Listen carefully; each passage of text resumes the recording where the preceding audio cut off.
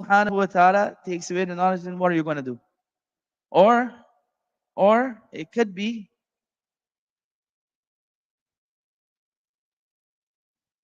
that you meet a bad ending. You meet a bad ending. Or tables turn to such an extent that you sell your knowledge for a few dollars and coins. So that's why knowledge, don't ever feel that because you have some type of knowledge or the other, that you are something good, you are something big, you are something great. Remember that famous narration that there'll be certain people who will be brought on the day of judgment and they'll be flung and they'll be told go to hell. And one of them will be the learned person. And he'll say, but oh Allah, but I learned and I spent my life teaching. You didn't do that for me, will be the answer. You didn't do that for me. You did that so people will say you're a learned person. You're a qari, you're a alim, you're a mufti, you're a this, you're a that. Go, you got your rewards in the world. Now go to hell. May Allah protect us all. So it's essential for us that we contemplate over and reflect that knowledge should has been given to us by Allah. It's a gift from us to us from Allah. And therefore Allah can take it away any day. Remember, there's always someone who is better than you, who has more knowledge than you. Remember, our knowledge is insignificant compared to what Allah possesses. And really and truly, we don't know who is more knowledgeable than us. That's why we never look down upon anyone. We never look down upon anyone. The second cause of pride is taqwa. Now, someone can say, how can being religious be a cause of pride? So, the same way how ilm can be a cause of pride, being religious can be a cause of pride. Look at me, I pray the whole day. Look at me, I spend so much time in the masjid. Again, shaitan comes and tricks you. I'm sitting here the whole day in masjid. Where's the other brothers? They don't even come. Look at them behind the dunya. Behind the dunya. But he might be behind the dunya, but his intention is to feed his family. His intention is a noble one. He's rewarded. You're sitting in the masjid, you're doing dini work, you're not going to get anything. Right? Intention matters. Oh, look at him.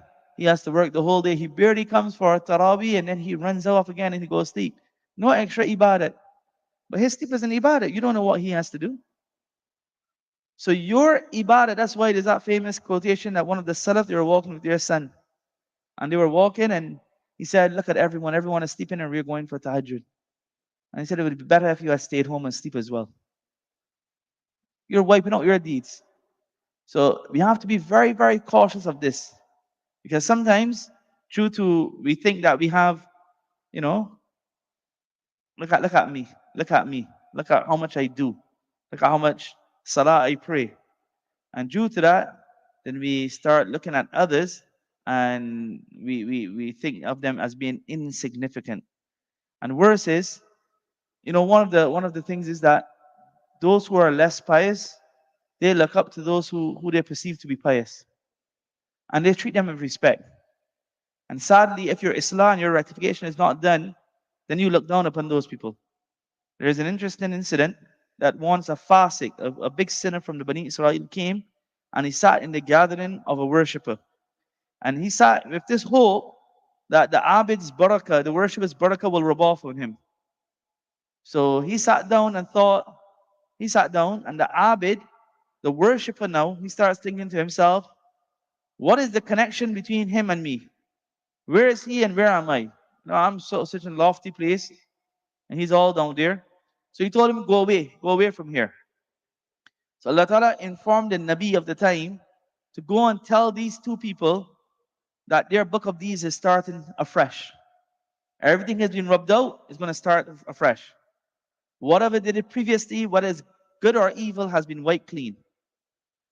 And the fasik sins have been wiped clear, and also the abid's good deeds have been wiped clear. So that shows we never should think in this manner. One of the scholars, Ata rahimahullah, a great abid, a great zahid, a pious man. But look at his fear. His fear was that it says that whenever the wind blew strongly or there was thunder, he would say, calamities befall the people due to my evil. Calamities befall the people due to my evil. And then he would say, when Atta dies, then the people will be fully liberated from all such calamities. Allah, where that's his ikhlas and sincerity, may Allah Ta'ala grant us this. Another cause for pride is lineage and ancestry. Do you know who my forefathers were? Do you know who my father is? Do you know which khandan I'm related to? Right? Do you know that the khidmat of deen that my parents and my grandparents did? That's nothing to boast. That's their achievements.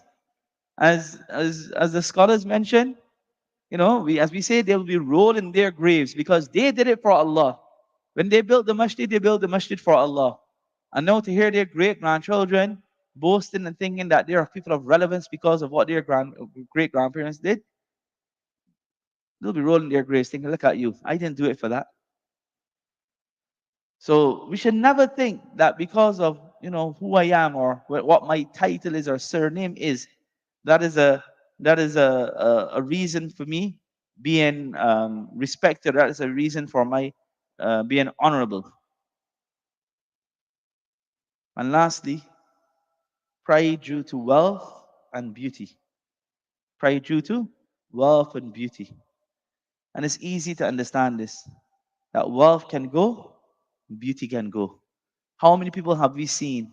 How many people have we seen who had wealth, and the day the wealth stopped, or the day they ran into some financial problem, what happened? Everyone left them.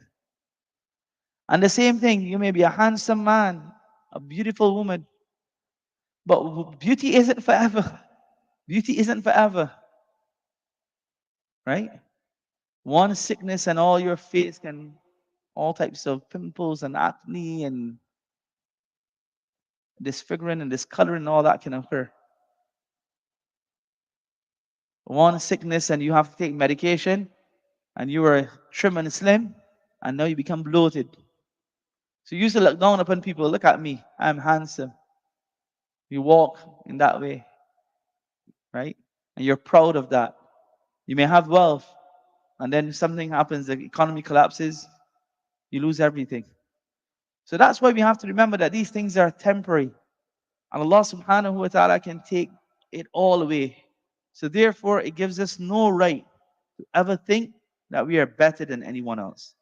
And the remedy for this, as the scholars mentioned, one of the simplest remedies is always reflect upon who you are. What's your reality? هل أتى على الإنسان حين من الدهر لم يكن شيئا مذكورا إنا خلقنا الإنسان من نطفة أمشاج نبتليه فجعلناه سميعا بصيرا. We have created man from a mixed seed, a fusion between the male sperm and the female egg, to test him, and we made him seeing and a hearing being, a hearing and seeing being. So our what? That's our asal.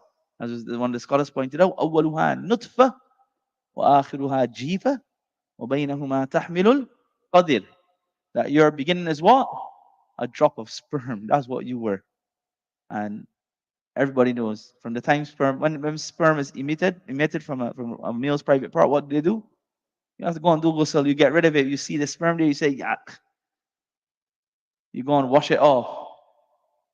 That's what our creation is. So why are we proud? That's where we started from. وَآخِرُهَا جِيفَةٌ. At the end of the day, you'll be a corpse. You know what? What did they say? You don't call the person the name anymore. You don't say, Sulaiman Bai is there. You say, where's the dead body? That's what you say. When the dead body is in the house, you don't say, where's Sulaiman? No.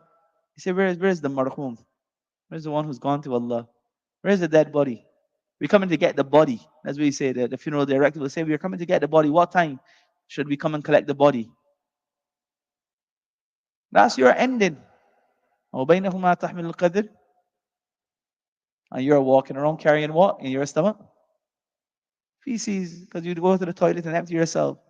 I would have used another word if it was an online, right? That's what you're carrying on. That's what you're carrying in your stomach.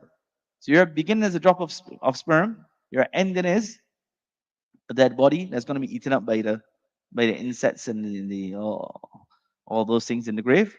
And may Allah protect, may Allah preserve our bodies like how the shuhada are preserved, right? And between that time, you're just a walking bag of excretion. That's what you are. That's what we are. That's what all of us are. So it gives us no validation to feel that we are better than someone, think we are better than someone, or to act like we are better than someone. And I'll end with on this note. The Prophet ﷺ was asked that a person likes to wear nice clothes, right? أن يكون ثوبه حسنا ونعله حسنة. He likes to have good clothes and good shoes. Is that arrogance? The Prophet ﷺ said, no, no, no. Allah is beautiful. He likes beauty. Kibr, what is kibr? Batarul haq wa ghamtun nas. Arrogance is to knowingly reject the truth and belittle other people. To knowingly reject the truth and reject people. So, two strains of this deadly disease.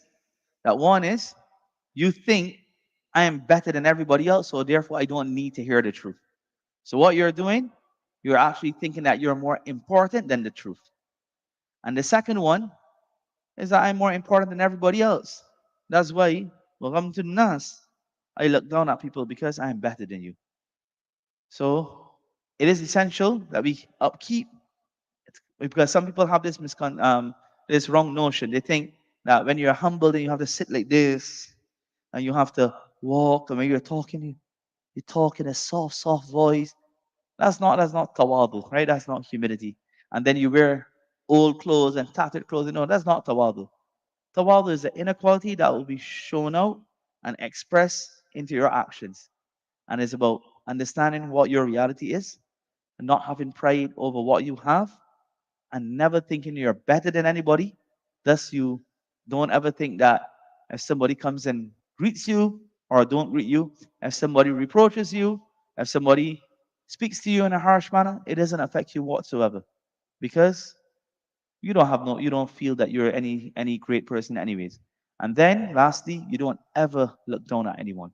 Don't ever think of yourself as being better than anyone.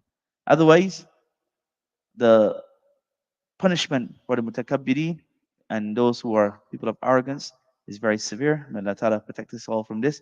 And may Allah Ta'ala grant us the tawfiq and the ability to become people of taqwa and humility and people of tawadu. Ameen. Wa akhiru da'wana alhamdulillahi rabbil alamin. Wa sallallahu ala nabiyyina